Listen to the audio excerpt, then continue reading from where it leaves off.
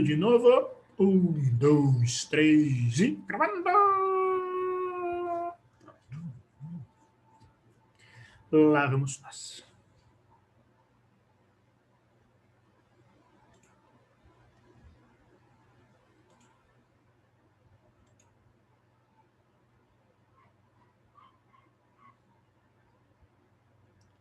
Foi? Não, não foi. Agora foi. Agora não foi de novo. Agora foi.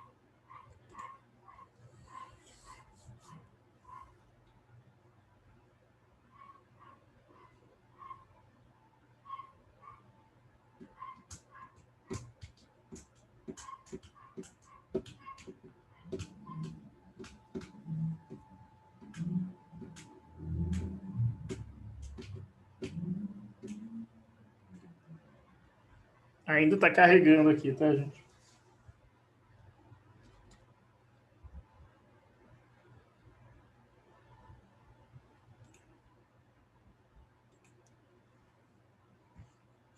Pronto.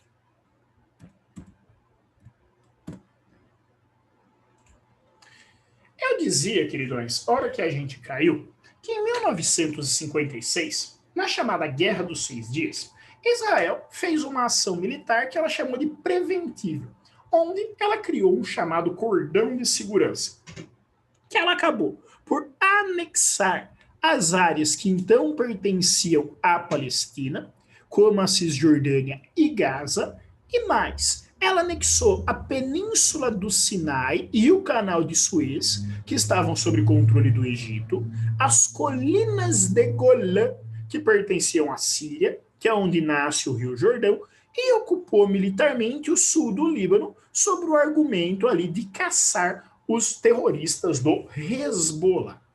É claro, queridos, que uma ação como essa não foi bem recebida pela Liga Árabe. A Liga Árabe, então, ela passou a planejar, ela passou ali a se preparar para um novo ataque a Israel. E esse novo ataque, ele ocorreu em 1973 e ficou conhecido como Guerra do Yom Kippur. Por quê? Porque ele ocorreu no dia do Yom Kippur, que é um feriado judaico, é o segundo feriado mais importante do calendário judaico, só perde para a Páscoa. O Dia de Ação de Graças, por exemplo, da América Anglo-Saxônica, é muito baseado no feriado do Yom Kippur, o exército está desmobilizado, você tem pouco policiamento nas ruas, as pessoas estão com as famílias. Então, nesse dia, em um ataque surpresa, o nosso querido Egito e a nossa popular Síria atacaram Israel. Esse ataque, queridos, nos primeiros dias, fez realmente com que Israel perdesse um pouco de território. Mas, a partir da metade da primeira semana, Israel começou uma contraofensiva que acabou derrotando novamente sírios e egípcios. Com medo, queridões, que isso aí se deflagrasse como uma grande guerra dentro do Oriente Médio, em um período que as relações entre as superpotências da Guerra Fria estavam relativamente calmas, os Estados Unidos e a União Soviética costuraram ali um acordo. Ao costurar esse acordo, né, a União Soviética muito próxima do Egito, Estados Unidos o grande patrocinador de Israel, as fronteiras pós-Guerra dos 6 Dias, ou seja, aquela das ocupações do território, foram mantidas. E os países árabes, eles ficaram possessos, vamos dizer que eles ficaram muito puto da vida com isso. Então, eles resolveram fazer o mundo sentir. O que eles tinham que o mundo gostava muito? Petróleo. Então, através da OPEP, queridos, esses países inflacionaram o preço do petróleo a um nível nunca visto antes e criaram aquilo que ficou conhecido como o primeiro choque do petróleo, uma retaliação total aos eventos que se seguiram, que se sucederam ali da guerra do Yom Kippur. Esse choque do petróleo, queridões, ele começou a abalar as economias ocidentais. Essas economias ocidentais começaram a pressionar os Estados Unidos. Falou, viu, parceiro, vem cá. Beleza, você ser aliado de Israel, tranquilo, a gente está na Guerra Fria, eu acho que tem que ter um posto avançado mesmo, mas o petróleo não pode continuar desse preço. Você precisa tomar aí uma atitude para que o petróleo baixe, para que Israel e os vizinhos dele fiquem em paz. A partir disso, queridões, o presidente dos Estados Unidos, o Jimmy Carter, ele começou a convocar para uma série de reuniões o primeiro-ministro israelense e o presidente do Egito. Dessa série de reuniões, em 1978, nasceu o Acordo de Camp David, que foi a primeira tentativa de paz entre Israel e a Liga Árabe. Nessa primeira tentativa de paz, o que ficou marcado? Falou, ó, qual que era o acordo? O Egito e os países da Liga Árabe reconheceriam o direito de existência de Israel. Ou seja, Israel não seria mais atacada pelos seus vizinhos. Em troca disso, Israel devolveria para o Egito a península de Sinai e o canal de Suez. Ficou tranquilo? Ficou tranquilo. Temos um acordo? Temos. Daqui a estamos em Campo David? Estamos. Então esse é o acordo de Camp David. Fechou? Fechou. O Egito, todo feliz e contente, todo pimpão, foi lá anunciar isso para os países da Liga Árabe. Falou, rapaziada, ó, não é segredo para ninguém, eu estava me reunindo com Israel lá nos Estados Unidos e eu tenho novidades para contar. Falou, fala aí, Egito. Falou, sabe Israel? Ah, então, a gente não odeia mais Israel, tá? Israel tem todo o direito de existir, os nossos vizinhos judeus são eles e a gente reconhece o Estado de Israel para nunca mais brigar. Fechou? Falou, porra, Egito, que baita de acordo, rapaz. Você deve ter conseguido umas coisas importantes pra gente, não conseguiu? Falou, irmão, porra, consegui de volta a minha península do Sinai. Voltei a controlar o canal de Suez. Os paisanos falaram, nossa, Egito, bacana, irmão. Falou, viu? E o sul do Líbano? Eles vão desocupar quando? Falou, Líbano, liga pro Líbano, cara. Aquele tá, deixa ocupado, tá melhor assim. Ah, não negociou. Falou, as penínsulas e a colina de Golã, lá na Síria. Então, né? Vocês não me lembram das coisas, acho que eu vou lembrar de tudo. Sair da colina de Golã, que jeito. Falei, tá. E eles vão desocupar ali a região dos árabes, dos palestinos, para esse monte de palestino sair aqui da nossa fronteira. Falei, rapaz, eu sabia que eu estava lá por isso. Não falei sobre isso não está no acordo. Falou, Egito, então fala o seguinte, parceiro. Não foi a Liga Árabe que fez um acordo com Israel. Foi você. Vaza da Liga Árabe. O Egito, ele foi expulso da Liga Árabe e ele perdeu até o apoio que a União Soviética dava a ele. Só que sem o Egito, a Liga Árabe perdia o seu país mais rico, o seu maior exército, a sua maior população. Ou seja, a Liga Árabe se enfraquecia. O enfraquecimento da Liga Árabe deixou os palestinos meio que a pé. Não tinha mais nenhum apoio. Então eles precisaram reestruturar uma organização que já existia, que era a OLP, Organização para a Libertação da Palestina, que a partir dos anos 80 se torna o principal órgão, se torna a principal voz dos palestinos, tanto daqueles que estavam em exílio, quanto daqueles que estavam confinados na faixa de Gaza e em Cisjordânia. E desde o princípio, queridões, a OLP ela tinha duas correntes majoritárias. Uma era o Fatah. O Fatah, ele queria o diálogo. Falou, vamos sentar com Israel, vamos apresentar as nossas propostas, eles apresentam as reivindicações deles, vamos pegar o nosso território e vamos viver em paz. Beleza? Beleza. A outra corrente era o Fatah. O Fatah é rock and roll. O Fatah pregava o fim do Estado de Israel. Não tem essa de negociar, não. Nós vamos invadir, nós vamos destruir Israel, nós vamos expulsar, nós vamos matar Israel, o território é nosso, eles não têm o que estar fazendo aqui. E o Hamas era mais popular. Sendo mais popular, o Hamas ele conseguia cooptar muito mais a juventude palestina. E ele cooptava para quê? Ele cooptava, queridões, para criar um exército de homens-bomba, para fazer constantes atentados contra alvos civis e militares de Israel, tanto nas áreas ocupadas quanto nas áreas que pertenceriam de fato e direito a Israel. Professor, mas como é que eles conseguiam convencer os jovens a juntar um colete e se explodir em nome de uma causa? Foi o Fatah, o Hamas, queridões, que transformou esse conflito territorial em um conflito religioso. Por quê? O Fatah se aproveitava daquela condição de miséria que os jovens palestinos viviam e falava, ó, essa culpa aqui não é de israelense. Essa culpa de você estar assim é de judeu. Eles não estão te perseguindo porque você é palestino. Eles estão te perseguindo porque você é muçulmano.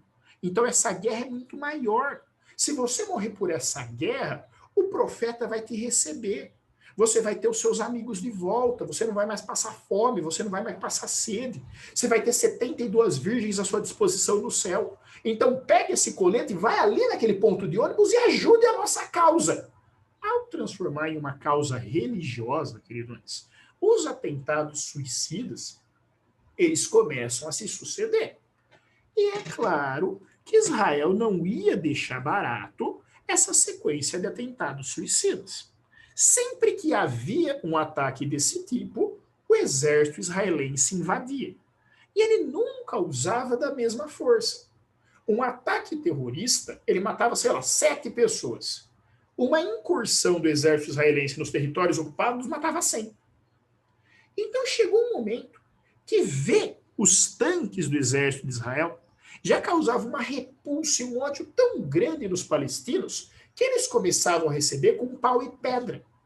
Essa guerra de paus e pedras era a intifada. Começou em 1987 a primeira intifada, que foi esse aumento das tensões ali no Oriente Médio. Só que o fim dos anos 80, queridões, e comecinho dos 90, eles marcaram outras mudanças na geopolítica mundial. Em 89 cai o Muro de Berlim, em 90 você tem a Guerra do Golfo, em 91 acaba a União Soviética. E a intifada vai sobrevivendo a todos esses eventos. Quando chega em 92, queridões, os Estados Unidos, que tinha sido a superpotência que tinha sobrado da Guerra Fria, e nós ainda não tínhamos uma nova ordem mundial definida, ele vivia um ótimo momento econômico. Os anos Clinton foram anos de muito crescimento nos Estados Unidos, a economia ia bem, a política ia bem. O Clinton resolveu, então, como todo membro do Partido Democrata, se meter em conflitos externos. Foi lá, eu vou fazer aquilo que a ONU não conseguiu fazer. Eu vou criar paz entre palestinos e israelenses. Eu vou ser o responsável pela paz entre árabes e judeus. Eu vou até ter o meu Nobel da Paz, se bobear. E ele começou, queridões, a lá em Oslo, capital da Noruega, fazer uma série de reuniões. Essa série de reuniões, além de contar com o Bill Clinton, contavam também com Yitzhak Rabin, primeiro-ministro moderado de Israel, um cara muito aberto ao diálogo, e o Yasser Arafat, líder da OLP. O Arafat era um cara que, quando jovem, era do Hamas, mas depois que foi envelhecendo, passou para o lado do Fatah. Então, os dois passaram a negociar. Veio o ano de 92, veio 93, beleza. Chegamos a um acordo. Eu vou conseguir a paz através dos acordos de Oslo. O que os acordos de Oslo previam para a paz entre árabes e judeus? Primeiro, a retirada do exército de Israel das áreas ocupadas, e essas zonas seriam governadas diretamente por direito pela Palestina. O governo palestino, ele seria provisório, mas esse status seria renegociado mais para frente. Jerusalém continuaria a ser uma cidade internacional, co-administrada pelos dois, e a Palestina aceitava a configuração territorial que veio depois da Guerra dos 6 Dias. Ou seja, a Palestina seria só Cisjordânia, metade de Israel e a faixa de Gaza. Seria construída uma estrada que ligaria a faixa de Gaza até a Cisjordânia, em que Israel não poderia interferir e seria de uso de direito exclusivo dos palestinos para ligar o seu território. Beleza? Lá em Jerusalém, você teria uma área só de palestinos, uma área de palestinos com controle de Israel e uma área só de Israel. Fechou? Fechou. E por fim, o acordo de paz. Falou, ó, Rabin, você retira suas tropas, Arafat, você segura os seus terroristas. Fechou? Fechou. Temos um acordo? Temos. Estamos em Oslo. Oxi.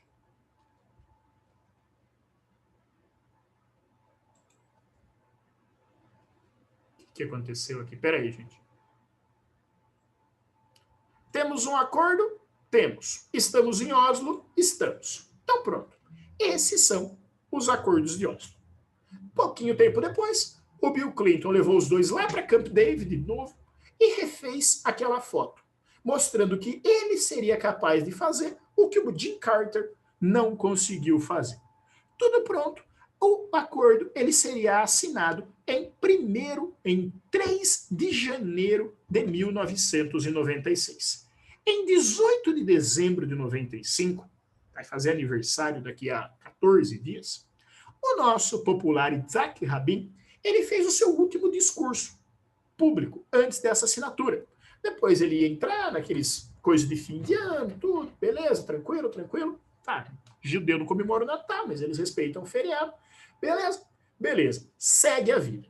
Só que, depois que o Rabin fez esse discurso, um ultra-religioso judeu matou Yitzhak Rabin. Falou, mas o Rabin não era de Israel, que também era judeu? É. Só que os ultrafanáticos não queriam um acordo de paz. Então o Rabin foi assassinado. Só que só foi falado depois que o cara que matou o Rabin era judeu. A oposição e a imprensa, que não queriam também o acordo de paz, usaram desse assassinato para falar que os palestinos não queriam chegar a um acordo de jeito nenhum. O resultado, queridões, foi que o Tratado de Oslo foi cancelado. O nosso Rabin, ele foi substituído pelo nosso popular Shimon Peres, que não assinou o tratado. O Shimon Peres depois foi sucedido pelo Ariel Sharon, que era um cara extremamente conservador dentro de Israel, que não queria abrir diálogo nenhum com o palestino. Em 98, o próprio Arafat morreu, ou seja, você já não tinha mais ninguém para reafirmar aquele acordo. Mas, misteriosamente, sem nenhuma liderança, ficou um período de paz. Sabe? Israel manteve ali as fronteiras, o Hamas controlou um pouquinho os atentados e estava seguindo. Em 2000, o Ariel Sharon, ele surpreendeu o mundo dizendo que ele iria visitar a Mesquita Branca. Se preparou, todo um esquema de segurança. Isso aí foi visto como um gesto de boa vontade, surpreendente vindo do Sharon. Só que ao chegar na Mesquita Branca, o Sharon não respeitou nenhuma das normas, né, religiosas que você tem lá toda uma profissão de fé para ser seguida dentro das mesquitas, ele não respeitou nenhuma. Saiu da Mesquita Branca, fez um discurso, queridões, que ele só não chamou o palestino de filha da puta porque ele não fala português e ele não conhece essa expressão. Ele incitou de novo o ódio entre os povos. O resultado foi o pior possível. Os palestinos voltaram a atacar os israelenses, os atentados terroristas quintuplicaram, atingiram níveis extraordinários e começou uma segunda onda de violência chamada de Segunda Intifada. E a Segunda Intifada avançou 2000, 2001, 2002. Em 2001, se vocês se lembrarem, os Estados Unidos teve lá o ataque terrorista contra o World Trade Center. E já em 2001 invadiu o Afeganistão. Então houve um grande medo de que ele pudesse levar essa máquina de guerra para o Oriente Médio, como de fato ele levou no Iraque em 2004. Temendo isso, o príncipe da Arábia Saudita, que é um aliado dos Estados Unidos na região, chamou os dois lados para conversar. Falou, viu, gente, Vamos conversar uma coisa aqui. Vocês estão vendo o que os Estados Unidos fez com o Afeganistão, né? Vocês estão querendo que ele venha aqui e faça a mesma coisa? Não quer, né? Então vamos dar uma calmada nessa hostilidade? Vamos. Então, ó, Israel, beleza, beleza. Dá uma segurada. Palestina, mas quem vai responder pela Palestina? O nosso querido Yasser Arafat está morto, eu posso responder pelo meu grupo. Vou fazer o seguinte, vamos eleger alguém para controlar a autoridade palestina? Falei, eleger? O que é eleger? Para eleger, as pessoas têm que votar. Ó. Você lança aí uns candidatos, as pessoas veem quem elas mais gostam, elas votam, essa pessoa passa a ser autoridade. O nome disso é democracia. Falei, tem isso no seu território? Não, no meu não. Mas vai ter no seu, tá? Tá. O que precisa ter para ter essa tal de eleição? Falei, precisa de partido político. Falei, eu tenho dois. Dois tá bom. Quais são? O Fatah e o Hamas. Falei, tá, é isso que tem? É. Então vamos fazer a eleição com o Fatah e com o Hamas. Na Cisjordânia, ganhou o Fatah. Então, de fato, as relações diplomáticas foram estabelecidas. Jerusalém ficou em paz. Na faixa de Gaza, ganhou o Hamas. E a proposta do Hamas na eleição, que foi votada, foi destruir o Estado de Israel. Simples assim. E o Hamas cumpriu a sua promessa. Ou pelo menos tentou. Fez um acordo com o Hezbollah, grupo terrorista do sul do Líbano, e passou a ter uma série de mísseis que ele atirava a esmo sobre cidades israelenses. É claro que isso fez retomar a violência. Nessa retomada da violência, Israel resolveu fazer a Operação Chumbo Fundido. A partir de 2008, Israel começou não só incursões diárias do seu exército sobre a região da faixa de Gaza, como começou também a construção de um muro isolando a faixa de Gaza do território israelense. Esse muro teria pouquíssimos portões de passagem e, além do mais, Israel fez também ali um bloqueio marítimo sobre a orla mediterrânea da faixa de Gaza. O Egito não ia se meter, porque o Egito já era parceirinho de Israel desde o acordo de Camp David, então Israel começou a fazer na faixa de Gaza algo chamado de punição coletiva. Qual que era a ideia geopolítica por trás disso? Era fazer a população de Gaza passar por tantas necessidades, fome, abastecimento, a ponto da própria população se revoltar contra o Hamas e derrubá-lo. O efeito foi justamente o contrário. Quanto mais a população passava fome, mais apoio o Hamas tinha. Só que chegou um tempo que essa fome estava muito grande. Em 2010, um navio da Cruz Vermelha, vindo de lá da Turquia, tentou atracar na faixa de Gaza. O exército de Israel atacou esse navio da Cruz Vermelha. Ao atacar o navio da Cruz Vermelha, queridões, Israel foi o primeiro país no mundo a fazer isso.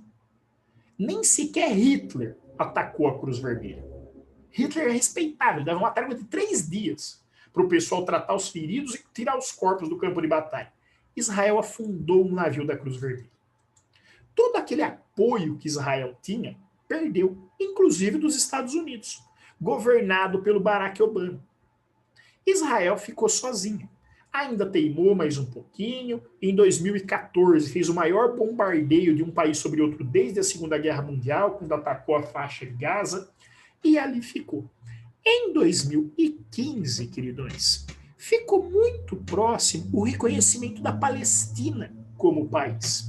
Por quê? Foi colocado por intermédio da China e da Rússia, na reunião do Conselho de Segurança da ONU, a votação para aceitar a Palestina, para pegar aquelas fronteiras, mesmo que tenham sido aceitas no Acordo de Oslo, e para você colocar em prática o plano de reconhecimento da Palestina, aquilo que foi conhecido como o mapa da paz do mapa da estrada. Foi o nome disso. Só que, para surpresa de todos, quando chegou a hora de votar o reconhecimento da Palestina, os Estados Unidos do Barack Obama usou seu poder de veto. Falou, não, isso daí a gente não vai votar. E não deu maiores explicações. A situação entrou num período ali de novo, de calmaria. Sem essa explicação dos Estados Unidos, o Obama governou até o comecinho de 2016, foi sucedido pelo Donald Trump, que no começo não deu muita bola para essa questão. Trump estava mais preocupado com a China, mas do dia para a noite ele resolveu anunciar que ele retiraria a embaixada americana de Tel Aviv, a capital de fato de Israel, e levaria para Jerusalém, palavras de Trump, porque Jerusalém era a capital única e exclusiva do povo judeu. Pronto. Recomeça a violência, já que Israel é uma cidade internacional, ele não pode fazer isso. Ele esperava o apoio de outros países, somente um país anunciou a mesma coisa, esse país aqui, o que levou a cancelarem muitos acordos comerciais com os povos árabes. Os povos árabes sempre compraram muita coisa do Brasil, principalmente em termos de agricultura. É claro, o que o governo brasileiro fala, ele não cumpre nunca, também não cumpriu, a nossa embaixada continua em Tel Aviv, mas a tensão subiu demais. A gente é um exemplo, né? Eu gosto muito das relações internacionais do Brasil. Se bem que Israel já tinha chamado a gente de anão diplomático alguns anos antes, ainda em 2015. Que esse anão diplomático tá dando pitaco? A relação do Brasil com Israel não ficou muito boa, não, durante um tempo. E a gente chega até 2020. A embaixada americana ainda está em Tel Aviv, a embaixada brasileira ainda está em Tel Aviv. O Brasil, de certa forma, aprofundou seus laços com Israel, mas ainda não recuperou aquele baque econômico de cancelar contrato com países árabes. Hoje, qual é a realidade desses dois espaços? Israel é um país reconhecido, de fato e de direito, 8 milhões de habitantes, um IDH muito alto, o maior PIB per capita da Ásia, depois ali dos petrodólares, né, do próprio Oriente Médio e também de Singapura, líder da quarta revolução industrial, uma expectativa de vida comparável dos países europeus, uma mortalidade infantil comparável dos países europeus, eu estou falando dos países europeus desenvolvidos, estou falando de Noruega, estou falando de Suécia, e aquela que é considerada a quarta melhor força armada do mundo. Para um país do tamanho de Israel, ele só está atrás dos Estados Unidos, da China e da Rússia. A quarta força é Israel, acima de Alemanha, acima de Reino Unido, muito acima de Brasil. Israel segue a sua vida. E a Palestina? A Palestina continua a não ser um país reconhecido. Mas qual seria a vantagem de se reconhecer a Palestina? A vantagem, queridões, é que, primeiro, esses ataques de Israel seriam punidos, porque seria um país atacando o outro sem nenhum motivo. Segundo, em se reconhecendo, a Palestina teria acesso a crédito internacional. Empréstimos do Banco Mundial, do FMI, de bancos chineses, por exemplo, que hoje fazem muito empréstimo. Enquanto ela não for reconhecida, não dá para ela fazer isso. O seu IDH está baixo, mas se a gente considerar somente a faixa de Gaza, ele é o pior do mundo. Nenhum outro lugar é tão ruim para você nascer quanto a faixa de Gaza. Expectativa de vida baixa, mortalidade infantil alta, PIB per capita baixo, e a faixa de Gaza, está até aqui no nosso slide, durante 3 anos foi o pior lugar para você nascer. Professor, quer dizer que depois de 2016 melhorou? É que depois de 2016, Síria e Iêmen ficaram piores, mas a faixa de Gaza continua como um dos piores lugares do mundo. Em muito, devido à atuação desastrosa do Hamas enquanto agente político, e o resto por conta dos bloqueios insanos que Israel impõe sobre aquela região. Essa é a questão palestina, essa é a realidade.